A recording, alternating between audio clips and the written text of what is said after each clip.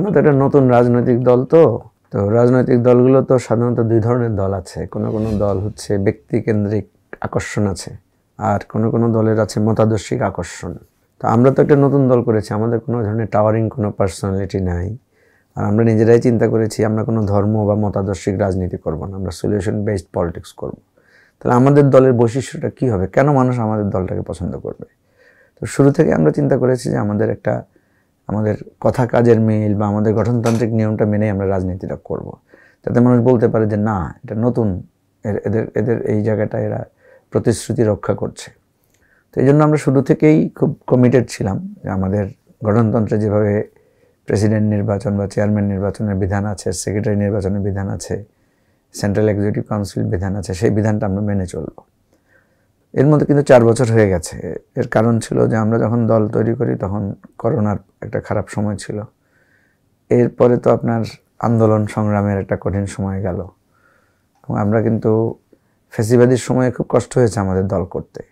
সাধারণ মিটিং করাটাই আমাদের জন্য খুব কষ্টকর ছিল। এইভাবে যে একটা শান্তিপূর্ণভাবে সারা দেশের কাউন্সিলর এসে ভোট দিবে, আমরা ওই ধরনের ইলেকশন করব, সেরকম কোনো পরিবেশ ছিল না। তো এখন যখন একটা ভালো পরিবেশ এসেছে মনে হয়েছে, তো সেই সুযোগটা আমরা শুরুতেই কাজে লাগিয়েছি। এবং আমাদের চিন্তাটা যে সঠিক ছিল সেটা আমরা বুঝতে পারছি, কারণ আমরা দেখলাম যে সবাই আমাদের এটাকে অ্যাপ্রিসিয়েট করেছে। তো এটাকে আমি খুব আলাদা করে কিছু বৈশিষ্ট্য মনে করি না, এটাই তো হওয়ার কথা ছিল। তো নতুন দল হিসেবে আমরা পেরেছি, পুরাতন দলগুলোর জন্য পারা একটু কঠিন, কারণ গণতন্ত্রকে আমরা বাহ্যিকভাবে যত ভালো মনে করি, প্র্যাকটিসের জায়গায় গণতন্ত্রের কিন্তু অনেক ঝুঁকি আছে। যেমন ধরেন এতদিন আমরা সবাই তো একই দলের, সবাই একই রকম ছিল। এখন যখন নিজেদের মধ্যে ভোটাভুটি হচ্ছে, তখন তো আমার কর্মীকে চয়েস করে নিতে হচ্ছে, হয় আমাকে নাহলে আরেকজনকে। তো যখন আমাকে চয়েস করতেছে না, তখন আমার কাছে তো একটু খারাপ লাগবে যে কি আমাকে পছন্দ করলো না, সে আরেকজনকে করলো। তো এতে কিন্তু একটু সম্পর্কের ঘাটতি বা সম্পর্কের একটু টানাপোড়েন তৈরি হতে পারে। গণতন্ত্রের এই চ্যালেঞ্জটা আছে। এবং আমাদের এখানে কিন্তু খুব ইন্টারেস্টিং ঘটনাও ঘটেছে। আমাদের 21টা পদের সেন্ট্রাল এক্সিকিউটিভ কাউন্সিলে দেখা গেলো 60 জন প্রার্থী প্রতিদ্বন্দ্বিতা করেছে। এরপরে প্রেসিডেন্ট ইলেকশনে দেখা গেলো যে 3 জন প্রার্থী প্রতিদ্বন্দ্বিতা করেছে। এটা ভালো লেগেছে যে কর্মীরা খুব নিজেদেরকে এম্পাওয়ার্ড ফিল করছে। তারা মনে করতেছে যে আমার ক্ষমতা, আমার কাছ থেকে ভোট চাইতে হচ্ছে, আমার কাছে ফোন করতে হচ্ছে। আগে তো হয়তো কর্মীরা আমাদেরকে ফোন করতো। তো ইলেকশন উপলক্ষে দেখা গেছে যে 60 জন প্রার্থী মানে কি প্রত্যেকটা ভোটার 60টা করে ফোন পেয়েছে, বা যদি 2 বার করে পায় তাহলে তো 120টা। তো এতে সে খুব, কেউ বলেছে যে ভাই আমার তো রাত দিন ফোন আসতেছে, শুধু ভোট চাচ্ছে লোকেরা। এবং ভোট দিতে পারার যে আনন্দ, ভোট দিয়ে সবাই আবার সেটা ফেসবুকে পোস্ট করেছে, প্রতিক্রিয়া লিখেছে। তো এই প্র্যাকটিসটা যদি হেলদি ওয়েতে করা যায় তাহলে কিন্তু সব দলের জন্য খুবই ভালো হবে।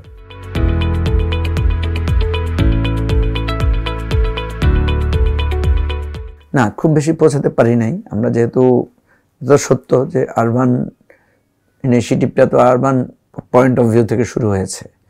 এরপরে যে আপনার পেরিফেরিতে গিয়ে আমরা যে সেখানে যে লোকদেরকে আমাদের দলে আনবো, সেই সুযোগটা আমরা পাই নাই। কারণ শহরে তো কিছুটা হলেও আমরা ধরেন টিডিআর ফ্যাসিলিটি আছে, বা পুলিশি বাধার মুখেও আমরা এক ধরনের মিডিয়া কাভারেজ পাওয়ার একটা সুযোগ আছে। আর গ্রামে দেখা গেছে যে আপনার পুলিশ খুব ভয় দেখায়, কেউ মিটিং করতে চায় না, মিটিং করতে গেলে থ্রেট আসে, ফলে ওইভাবে আমরা বিস্তার করতে পারি নাই। আমরা দল করেছি অতটুকুই যতটুকু আমাদের নিবন্ধনের জন্য শর্ত ছিল, এর বেশি আমরা বেশি এক্সপানশনে যাই নাই। এই জন্য যাই নাই কারণ দেখা যাচ্ছে যে একটা লোক আমার দলে আসার পরেই তার পেছনে গোয়েন্দারা লাগা শুরু করতো যে আপনি দল করেন, আপনার এই ফোন নাম্বার ইত্যাদিতে, তার ভয় পেয়ে যেত সবাই।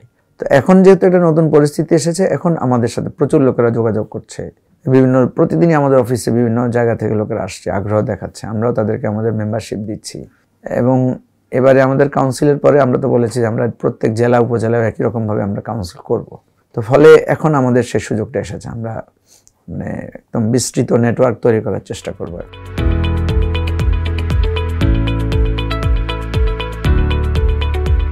নতুন যে রাজনীতির বন্দোবস্ত বা প্রস্তাবনাটা, এটা আর আমাদের সাথে কিন্তু খুব মিল আছে। আমরা একটা অধিকার ভিত্তিক রাজনীতির কথা বলছি, আমরা একটা সমস্যা সমাধানমূলক রাজনীতির কথা বলছি, এবং আমরা একটা রাষ্ট্র মেরামত বা রাষ্ট্র সংস্কারের কথা বলছি। তো এখানে কিন্তু আমাদের সমসাময়িক আরও কিছু দল আছে, একই রকম প্রস্তাবনা নিয়ে আমরা রাজনীতিটা করছি। ফলে এবারের যে জুলাই বিপ্লবটা হয়েছে সেটা কিন্তু আপনি দেখবেন আমাদের মোরাললেস, আমরা যে রাষ্ট্রের মূলনীতি সাম্য, মানবিক মর্যাদা, সামাজিক সুবিচারের কথা বলেছি, সকলের কণ্ঠে কিন্তু একই রকম কথা। নতুন রাজনৈতিক বন্দোবস্ত, রাষ্ট্র মেরামত, রাষ্ট্র সংস্কার, একই রকম কথা আমরা বলেছি। ফলে নিজেদের মধ্যে একটা ইন্ট্রা কম্পিটিশন আমাদের মধ্যে হচ্ছে, এটা আমি খারাপ দেখি না। এবং আমাদের কাউন্সিলে আমরা দেখেছি যারাই এসেছে আমাদের সমমনা দলগুলো, তারা অনেকেই আমাদেরকে খুব প্রশংসা করেছে এবং তারা উৎসাহিত হয়েছে যে আমরা ওই ধরনের কাজগুলো করব। তো আমি মনে করি যে এই ধরনের একটা কম্পিটিশন থাকলে কিন্তু আমাদের জন্য ভালো হবে।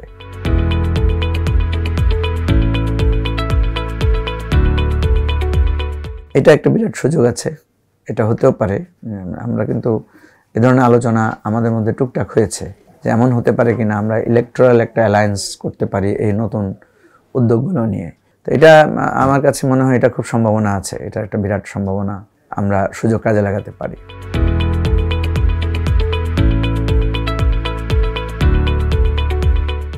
অন্তর্বর্তীকালীন সরকারটা তো এটা কোনো পার্মানেন্ট সরকার না, এটা নামেই বলছে যে এটা একটা টেম্পোরারি একটা গভর্নমেন্ট। একটা টেম্পোরারি কাজের প্রত্যেকটা কিন্তু একটা অ্যাসাইনমেন্ট থাকে, আপনি একটা টেম্পোরারি কাজ কি দেওয়া হলো। তো এই সরকারের টেম্পোরারি অ্যাসাইনমেন্টটাই হচ্ছে যে সে রাষ্ট্রের কিছু সংস্কার করবে মৌলিক জায়গায়, সে আপনার জুলাই বিপ্লবে যে গণহত্যা হয়েছে সেটার সে একটা বিচার করবে। 3 নম্বর হচ্ছে রাষ্ট্রটা একটু ভঙ্গুর অবস্থায় গেছে, প্রশাসন, পুলিশ সবকিছু একটা একদম ভয়াবহ একটা ভঙ্গুর পরিস্থিতিতে পৌঁছে গিয়েছে, সেটাকে সে স্থিতিশীল অবস্থায় নেবে। এবং সর্বশেষ হচ্ছে সে একটা প্রপার সুন্দর গ্রহণযোগ্য নির্বাচন দিয়ে সেই নির্বাচিত সরকারের হাতে ক্ষমতা হস্তান্তর করবে। সুতরাং এই 4টি জিনিস তাকে করতে হবে। এখন কথা হচ্ছে সে কতটুকু করবে। এটা যদি সে খুব প্রপারলি করতে চায়, সেখানে যদি সময় লাগে, তখন একটা ব্যাপার থাকে যে আমরা তাদেরকে এত সময় দিব কিনা। দেখেন, একটা কাজ যদি ভালো করে করে, ধরেন আপনি আমাকে একটা রিপোর্টিংয়ের অ্যাসাইনমেন্ট দিলেন, আমি খুব সুন্দর করে রিপোর্টটা লিখছি, একটু দেরি হলেও আপনি বলবেন যে না লিখেন, আপনি একটু ভালো করে লেখেন। আবার যদি রিপোর্ট খুব ভালো না হয়, কন্টেন্ট ভালো না, আপনি বলবেন আরে ভাই তাড়াতাড়ি দেন তো, এত দেরি করছেন কেন। তো ঠিক আমাদের অবস্থাটা হয়েছে সেরকম। আমরা অন্তর্বর্তীকালীনের সরকারের কাছে আমাদের যে প্রত্যাশাটা ছিল সেটা কিন্তু কিছুটা ম্লান হয়েছে, কারণ এখনও প্রশাসনে একেবারে বলা যায় না যে এখানে স্থিতিশীল অবস্থা এসেছে। প্রায় জায়গায় এখনও আইনশৃঙ্খলা পরিস্থিতির উন্নতি নাই, বাজার ব্যবস্থাপনায় মানুষ অসন্তুষ্ট, সড়ক যোগাযোগ ব্যবস্থা কোনো পার্থক্য দেখা যাচ্ছে না অতীতের আর বর্তমানের সাথে। শুধু মৃদু একটু পার্থক্য আমরা দেখছি, ব্যাংকিং ব্যবস্থা, অর্থনীতির চাকায় কিছুটা গতি এসেছে। আর ওভারঅল সব জায়গায় এক ধরনের গুমোট একটা ভাব এখনও রয়ে গেছে। এর পাশাপাশি আপনি প্রায় দেখবেন যে প্রশাসন, পুলিশ, অ্যাডমিনিস্ট্রেটিভ জায়গাগুলোতে খুব স্লো, মানুষ নাগরিক সেবাটা পাচ্ছে না।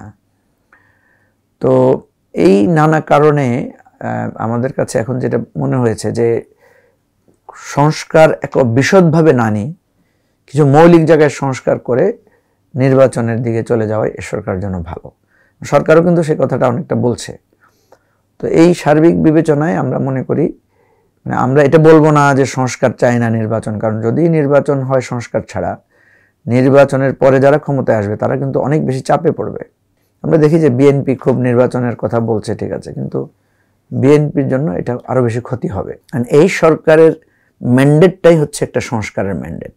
ইলেকশন তো করবেই, ইলেকশন তো ধরেন এই সরকার না করলেও ইলেকশন কমিশন আছে, ইলেকশন তো করতেই হবে। কিন্তু এই সরকারের মূল ম্যান্ডেটটা হচ্ছে মূলত বিচার এবং সংস্কার।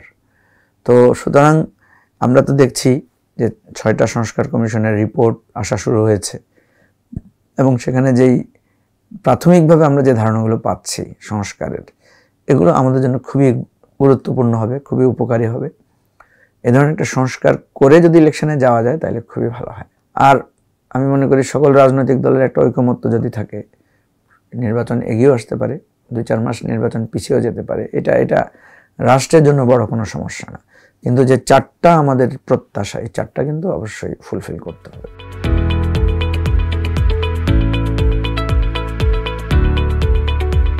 আমাদের সাথে তো সংস্কার কমিশনগুলোর মিটিং হয়েছে, সেখানে আমরা যে সমস্ত প্রস্তাবনা দিয়েছি, যেমন আমি ব্যক্তিগতভাবে বলতে পারি সাংবিধানিক সংস্কার কমিটিকে আমরা যে প্রস্তাবগুলো দিয়েছি এর একটা বড় অংশ আমরা সন্তুষ্ট। কারণ যেমন ধরেন তারা বলেছে প্রেসিডেন্ট এবং প্রধানমন্ত্রীর ক্ষমতার ভারসাম্য, এটা কিন্তু আমাদের দাবি ছিল। আমরা বলেছি যে 2বারের বেশি যাতে না হয়, এটা বিএনপির একই রকম দাবি ছিল, এটা এই প্রস্তাবনায় আছে। এরপরে প্রস্তাবনায় যদিও আমরা দ্বিকক্ষ কথা বলি নাই, কিন্তু আমরা বলেছি যে 100 আসনে মানে পিআর সিস্টেমে মনোনয়ন দেওয়ার জন্য, এবং সেখানে নারী, পিছিয়ে পড়া জনগোষ্ঠী সবার অংশীদারিত্ব রাখার জন্য। তো সেরকম একটা প্রস্তাবনা তারা দিয়েছে। এর বাইরে তারা যেটা দিয়েছে, যেটা আমাদের একেবারেই আমাদের দলের সাথে খুব মিলে, সেটা হচ্ছে আমরা বলেছি দলের প্রধান এবং রাষ্ট্রের প্রধান একই ব্যক্তি যাতে না হন। তো এই ধরনের একটা প্রস্তাবনা আমাদের আছে। আর বিএনপি নিজে তো দ্বিকক্ষ বিশিষ্ট সংসদের কথা বলেছে, তাহলে এখানে তো বিএনপির দ্বিমত করার কোনো সুযোগ নাই। ফলে একটা জায়গা নিয়ে কথা আসতে পারে, সেটা হচ্ছে পিআর সিস্টেম নাকি আমাদের যেই ব্রিটিশ সিস্টেমে আমরা যেই ভোটাভুটি করে থাকি সেটাতে হবে, ওয়েস্টমিনিস্টার যেটাকে আমরা বলি। তো এটা আমার কাছে মনে হয় যে এটাতেও একটা ঐকমত্য আসতে পারে, কারণ এখানে তো ওয়েস্টমিনিস্টারে 300 আর 100 পিআরে রাখা হয়েছে। তো এটা পরীক্ষামূলকভাবে আমি মনে করি যে এটা আমাদের জন্য খারাপ না। আর এর বাইরে অন্যান্য যে সংস্কারের কথাগুলো আসছে, সেখানেও আমরা যতটুকু বুঝতে পারছি যে খুব দ্বিমত হওয়ার বিষয় নয়। আর দ্বিমত হওয়ার বিষয়গুলো আমরা আলাদা করে ফেলবো, একমত যেখানে যেখানে হয়েছে সেগুলোর ব্যাপারে তো আমি মনে করি প্রসিড করা যেতে পারে।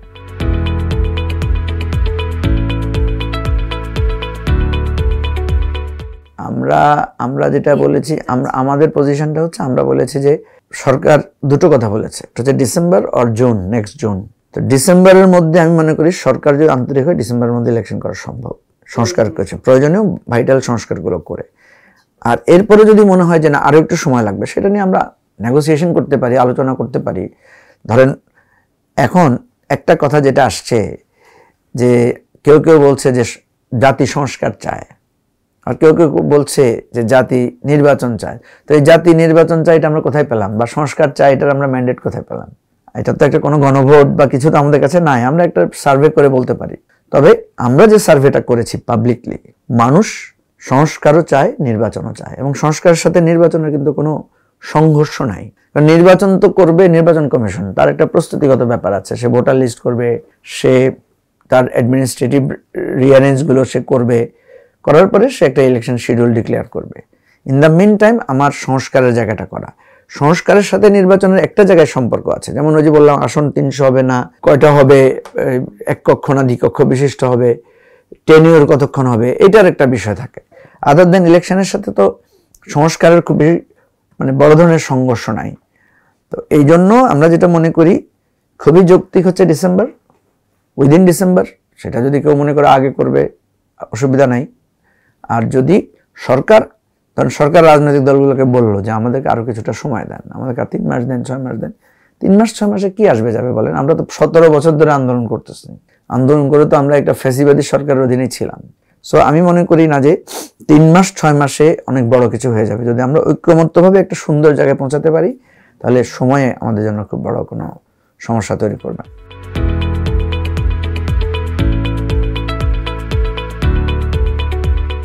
স্থানীয় নির্বাচনটা হয়ে গেলে খারাপ হয় না। স্থানীয় নির্বাচনের দুইটা দিক আছে। এখন স্থানীয় নির্বাচন মানে কি? কারণ ইউনিয়ন পরিষদগুলো তো বিলুপ্ত করা হয় নাই, ইউনিয়ন পরিষদগুলো তো আছে, কিন্তু দেখা যাচ্ছে বহু জায়গায় চেয়ারম্যান যারা আওয়ামী লীগের ফেসিবাদের মানুষের উপর অত্যাচার করেছে, নিপীড়ন করেছে, তারা অনেকেই দেখা যাচ্ছে পালিয়ে গেছে, তারা অনেকে নাই। তো সেই জায়গাগুলোতে ইলেকশন দিয়ে দেওয়া যেতে পারে। সেগুলো তো ধরেন কোনো একটা ফরম্যাটের মধ্যে বা আইনের মধ্যে ফেলে সেগুলোকে ভ্যাকেন্ট করে সেখানে রি-ইলেকশন হতে পারে। সবচেয়ে বেশি গুরুত্বপূর্ণ জায়গা যেটা, সেটা হচ্ছে উপজেলা। উপজেলাকে তো আওয়ামী লীগ খুব নিষ্ক্রিয় করে রেখেছিল, ক্ষমতায়ন করে নাই তাদেরকে প্রপারলি, এমপিরা সেখানে ইন্টারফেয়ার করেছে। তো এখন উপজেলাগুলো দুইটা কাজ এখানে হতে পারে। আমরা যেটা বলেছি সরকারকে যে আপনারা উপজেলাগুলোতে একটা সার্চ কমিটি করেন। আপনারা যদি ইলেকশন করতে না চান, একটা সার্চ কমিটি করে আপনারা লোকদেরকে বলেন কারা কারা উপজেলায় প্রশাসক হিসেবে কাজ করতে চান। সেখানে কিছু ক্রাইটেরিয়া দেন যে এই অভিজ্ঞতা লাগবে, এই পারফরমেন্স লাগবে। তাহলে দেখা যাবে প্রত্যেক উপজেলায় কিছু ভালো লোক আপনি পেতেও পারেন, যারা ন্যায়সঙ্গতভাবে বাকি সময়টা সে সার্ভিস দেবে। এখন সরকার যেটা করছে, একজন উপসচিবকে বা একজন টিএনওকে সে এক্সট্রা দায়িত্ব দিচ্ছে উপজেলা প্রশাসক হিসাবে। তো উনি দেখা যাচ্ছে সপ্তাহে 2 দিন 3 দিন অফিস করছেন বা একবেলা অফিস করছেন, মানুষ আসলে এই সার্ভিসটা পাচ্ছে না। তো এখানে দুইটা কাজ, একটা হচ্ছে আপনি ইলেকশনে যাওয়া, আর একটা কাজ হচ্ছে আপনি প্রশাসক দিয়ে নতুন করে সার্চ কমিটি দিয়ে কাজটা আপনি চালিয়ে নিতে পারেন। এবং কিছু কিছু উপজেলায় আমরা এরকম পেয়েছি যারা সরকারি নিপীড়নের শিকার হয়েছে, কিছু কিছু মানে আপনার জনপ্রতিনিধি। সুতরাং সে সমস্ত জনপ্রতিনিধিদেরকেও আপনি কিন্তু প্রশাসক হিসেবে নিয়োগ দিতে পারেন, যেহেতু তাদের একটা জনসমর্থন আছে। কিন্তু সরকার কিছুই করছে না, না ইলেকশনে যাচ্ছে না এতে যাচ্ছে। এখন আমরা যেটা দেখতে পাচ্ছি, স্থানীয় সরকার ইলেকশনে গেলে রাজনৈতিক দলগুলোর মধ্যে যারা শক্তিশালী রাজনৈতিক দল যাদের, তারা কিন্তু আসলে আগে পার্লামেন্ট ইলেকশন চাচ্ছে। কারণ আমাদের দেশের নিয়ম হচ্ছে পার্লামেন্টের পরেই স্থানীয় সরকার হয়। তো যে সরকার ক্ষমতায় আসে স্থানীয় সরকার নির্বাচনে সে একটু ভালো রেজাল্ট করার সুযোগ পায় নানা কারণে। তো এই বিবেচনায় আমরা যদি আগে স্থানীয় নির্বাচনটা করে নিতে পারতাম তাহলে কিন্তু একটা ভালো ফলাফল আসতে পারত। কিন্তু যেহেতু রাজনৈতিক পরিস্থিতিটা অস্থিতিশীল এবং রাজনৈতিক দলগুলো এক্ষেত্রে ঐক্যমত্যে আসা খুব কঠিন হবে, তো সেক্ষেত্রে আমার কাছে মনে হয় এটা নিয়ে বড় ধরনের বিতর্কে জড়ানোর দরকার নাই। সরকার যদি স্থানীয় নির্বাচনটা করতে পারতেন তাহলে কিন্তু নির্বাচন কমিশনের একটা পরীক্ষা হয়ে যেত, তাদের অনেক অভিজ্ঞতাটা তারা শানিত করতে পারতেন। তো এই সমস্ত কারণে আমি ইন প্রিন্সিপাল যেটা মনে করি যে স্থানীয় সরকার নির্বাচনটা যদি আগে করা যায় খারাপ হতো না, কিন্তু এটা নিয়ে যদি বড় ধরনের রাজনৈতিক বিতর্ক তৈরি তাহলে না করে ভালো রাজনৈতিক দলগুলোর মতামতকে প্রাধান্য দেওয়া দরকার।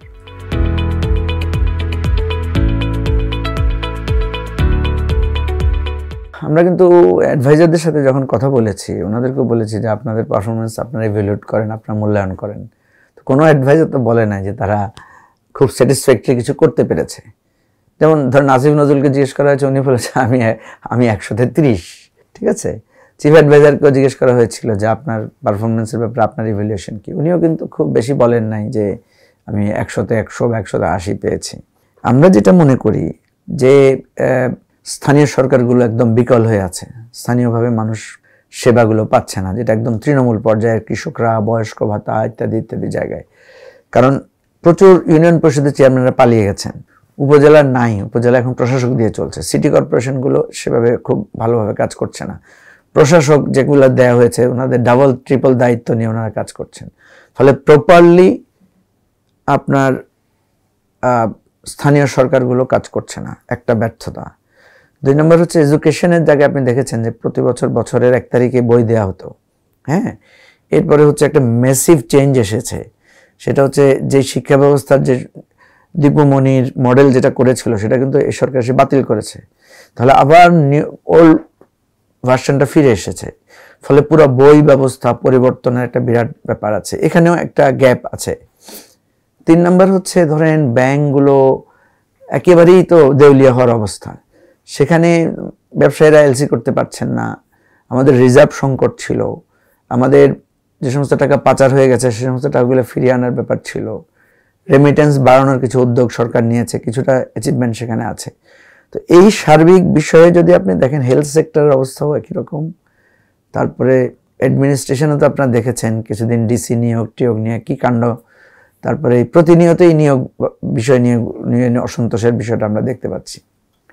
মিডিয়ার ব্যাপারটা আপনারা দেখেছেন, প্রচুর চেঞ্জ হচ্ছে মিডিয়াতে, একটা ভোলাটাইল একটা সিচুয়েশন, এক ধরনের অস্থিতিশীলতার কাজ করছে, অনেক জায়গায় সম্পাদক পরিবর্তন হয়েছে, অনেকগুলো টিভি স্টেশন খুব ক্ষতিগ্রস্ত হয়েছে, কারণ যারা ফ্যাসিবাদের পক্ষে খুব বাজেভাবে ভূমিকা রেখেছিল সেগুলোর উপর জনরোষের শিকার হয়েছে। তো ফলে একটা বিধ্বস্ত অবস্থা থেকে সরকার ফিরিয়ে এনে সে যে একটা পারফরমেন্সের জায়গায় ভালো করবে, সেই জায়গায় একটা তো হচ্ছে ন্যাচারাল উইকনেস, ক্রাইসিসের কারণে একটা সমস্যা, আর একটা হচ্ছে পারফরমেন্স জায়গা থেকেও আমরা দেখেছি সরকারের অবদানটা বা সরকারের কার্যক্রমটা খুব বেশি সন্তোষজনক না। পুলিশের কথা যেটা বলেছেন, পুলিশ তো এখনও বহু জায়গায় আপনি দেখবেন রাতে ট্রাফিক নাই, এখনও বহু জায়গায় থানায় গেলে পুলিশের প্রপার সার্ভিস পাওয়া যাচ্ছে না। আমার মনে হয় এবারের এই গণ অভ্যুত্থানের সবচেয়ে বেশি ক্ষতিগ্রস্ত হয়েছে যে কয়েকটা প্রতিষ্ঠান, তার মধ্যে পুলিশ অন্যতম।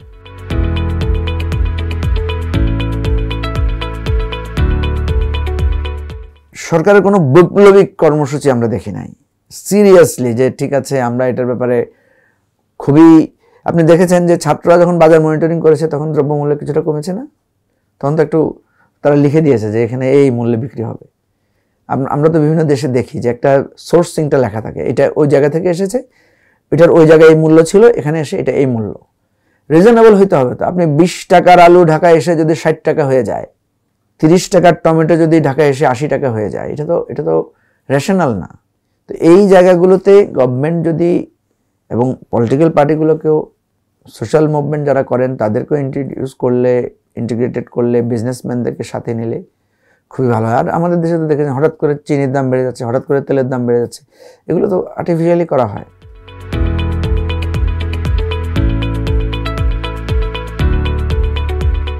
নতুন সরকারটা গঠিত হয় তখন আমরা খুব বেশি আলোচনা করার সুযোগ পাই নাই। আপনারা জানেন যে হঠাৎ করেই ঘটনাটা ঘটে গেছে, মানে খুব দ্রুত হয়ে গিয়েছে। 6 তারিখের অনুষ্ঠান মানে ঘেরাও 5 তারিখে নিয়ে আসা হয়েছে। এরপরে সরকারের যেই বিভৎস তাণ্ডব, তার প্রেক্ষিতে এইভাবে মানে একটা অবৈধ প্রধানমন্ত্রী পালিয়ে যাবেন, এটা তো কেউ আমরা মানে ওই ধরনের এক্সপেক্ট করি নাই। আমরা তো চেয়েছিলাম যে সরকার একটা আপোষ সভায় আসবে, এসে বলবে যে ঠিক আছে আমি একটা ফ্রি ফেয়ার ইলেকশনের ডিক্লারেশন দিচ্ছি, আমি রিজাইন করে যাচ্ছি, একটা সরকার তৈরি করেন, এটা আলোচনা করে একটা ট্রানজিশন হবে। কিন্তু কোনো ধরনের আলোচনা ছাড়া হঠাৎ করে হেলিকপ্টারে করে আপনি পালিয়ে যাবেন, এ ধরনের প্রস্তুতি জানার প্রস্তুত ছিলাম না। ফলে কি হয়েছে? ফলে দেখেন বেশিরভাগ রাজনৈতিক নেতারা আমরা কিন্তু তখন জেলে ছিলাম। সাধারণ মানুষ রাস্তায় নেমে এসে তারাই মূলত তখন লিডটা নিয়েছে। আপনি দেখেন গণভবনে অ্যাটাক করেছে কোনো পলিটিক্যাল পার্টির নেতাদেরকে দেখবেন সেখানে? খুব বেশি দেখবেন না। কিন্তু সাধারণ গৃহস্থলীর মানে গৃহবধূরা পর্যন্ত, মা সন্তান সবাই দলে দলে এসেছে সেখানে। তো সেরকম একটা পরিস্থিতিতে একটা অন্তর্বর্তীকালীন সরকার, ডক্টর ইউনূস ছিলেন দেশের বাইরে, উনি 3 দিন পরে এসেছেন। মানুষের অনেক রকমের ভয়ভীতি ছিল। আওয়ামী লীগ নিজেই তো বলেছে 5 লাখ 10 লাখ লোক মারা যেতে পারে, সেই হিসেবে তো অত বড় ঘটনা তো কিছু ঘটে নাই। এবং এরপরে যেটা ঘটেছে, যেটা পৃথিবীতে কোথাও ঘটে নাই, সেটা হচ্ছে মানে চিফ জাস্টিস থেকে শুরু করে একটা মসজিদের ইমাম পর্যন্ত পালিয়ে গেছে। ইভেন আমাদের যে সিটি কর্পোরেশনগুলোতে যে পাবলিক টয়লেট থাকে সেখানকার যে দারোয়ান ছিল তারাও নাকি পালিয়ে গেছে। এবং শরণাতীতকালের যেটা যেটা অতীতে কখনো হয় নাই, প্রেস ক্লাব, টেলিভিশন চ্যানেলগুলো, পত্রিকাগুলো পর্যন্ত ক্ষতিগ্রস্ত হয়েছে নানা কারণে, নানাভাবে গণরোষের শিকার হয়েছে। তো এরকম একটা সিচুয়েশন হ্যান্ডেল করে এটা কি বিপ্লবী সরকার হবে না নিয়মতান্ত্রিক সরকার হবে, এটা কি পার্লামেন্ট নাই, কনস্টিটিউশন কি বলছে, মানে সুপ্রিম কোর্টের মতামত নিয়ে সরকার, এই যে একটা সমস্যা ছিল। এরপরে তো আপনি জানেন যে প্রশাসন নাই, পুলিশ নাই, তারপর একটা ভয়াবহ বন্যা পরিস্থিতি ফেস করতে হয়েছে পুরো রাষ্ট্রযন্ত্রকে। তো এগুলোর কারণে আসলে যেটা হয়েছে, এবং সরকারও কিন্তু পরে বলেছে, আপনাদের মনে থাকার কথা যে ডক্টর আসিফ নজরুল কিন্তু বলেছে যে আমরা এটা ভুল করে ফেলেছি, আমাদের শুরু থেকেই আমাদের উচিত ছিল একটা প্রক্লেমেশন দিয়েই গভর্নমেন্ট চালানো। তো অসুবিধা নাই, ভুল তো মানুষের হতেই পারে, আমরা সবাই মিলে ভুলটা করেছি, তাহলে ভুলটা তো সংশোধন করে নিতে হবে। তো এখন আমরা যেটা দেখতে পাচ্ছি, আর ভুল সংশোধন হচ্ছে না এবং ভুল সংশোধন করার কোনো ব্যবস্থা নাই। ফলে সরকার এই জায়গাটাতে একটা দ্বিধার মধ্যে আছে, সে কখনো সংবিধান মেনে চলছে, কখনো সে বিপ্লবী চরিত্রে আবির্ভূত হচ্ছে। এই সমস্যাটার সমাধান তখনই করা সম্ভব যদি সকল রাজনৈতিক দলগুলো ইউনাইটেডলি বসে করত। কিন্তু দেখেন সরকার কিন্তু এখন পর্যন্ত নিজ উদ্যোগে রাজনৈতিক দলগুলোর সাথে কার্যকর কোনো সংলাপ করে না। যেগুলো করেছে এগুলো এরকম সকাল বিকাল হঠাৎ করে মনে হয়েছে একটা সংলাপ ডেকে দিলাম, আপনাদের কি চিন্তা, আসেন কাগজ দেন, ঠিক আছে তাড়াতাড়ি আপনারা যান, পরের গ্রুপ আসেন, এই ধরনের একটা তাড়াহুড়া করে সংলাপগুলো হচ্ছে। ফলে আমি যেটা মনে করি যে অনেক সুন্দরভাবে আমরা রাষ্ট্রটা পুনর্গঠনের কাজে হাত দিতে পারতাম। আর রাজনৈতিক দলগুলোর মধ্যে যে এখন অস্থিরতা, তারাও মনে করছে তাড়াতাড়ি ইলেকশন দেওয়া দরকার। পরবর্তী ক্ষমতা যারা আসবে তারাও কিন্তু এটা সাফার করতে হবে, তাদেরকেও কিন্তু এই চাপটা, মানুষের যে প্রত্যাশার চাপ, আকাঙ্ক্ষার চাপ, দ্রব্যমূল্যের চাপ, আইনশৃঙ্খলা পরিস্থিতির চাপ, অর্থনীতির যে শূন্যতা সেটার চাপ, এই চাপটা কিন্তু পরবর্তী গভর্নমেন্টকে বহন করতে হবে। এবং আপনার এই অন্তর্বর্তীকালীন সরকার কিন্তু তখন এই সুবিধাটা বলবে যে আমরা তো সংস্কার করতে পারলাম না রাজনৈতিক দলগুলোর চাপে।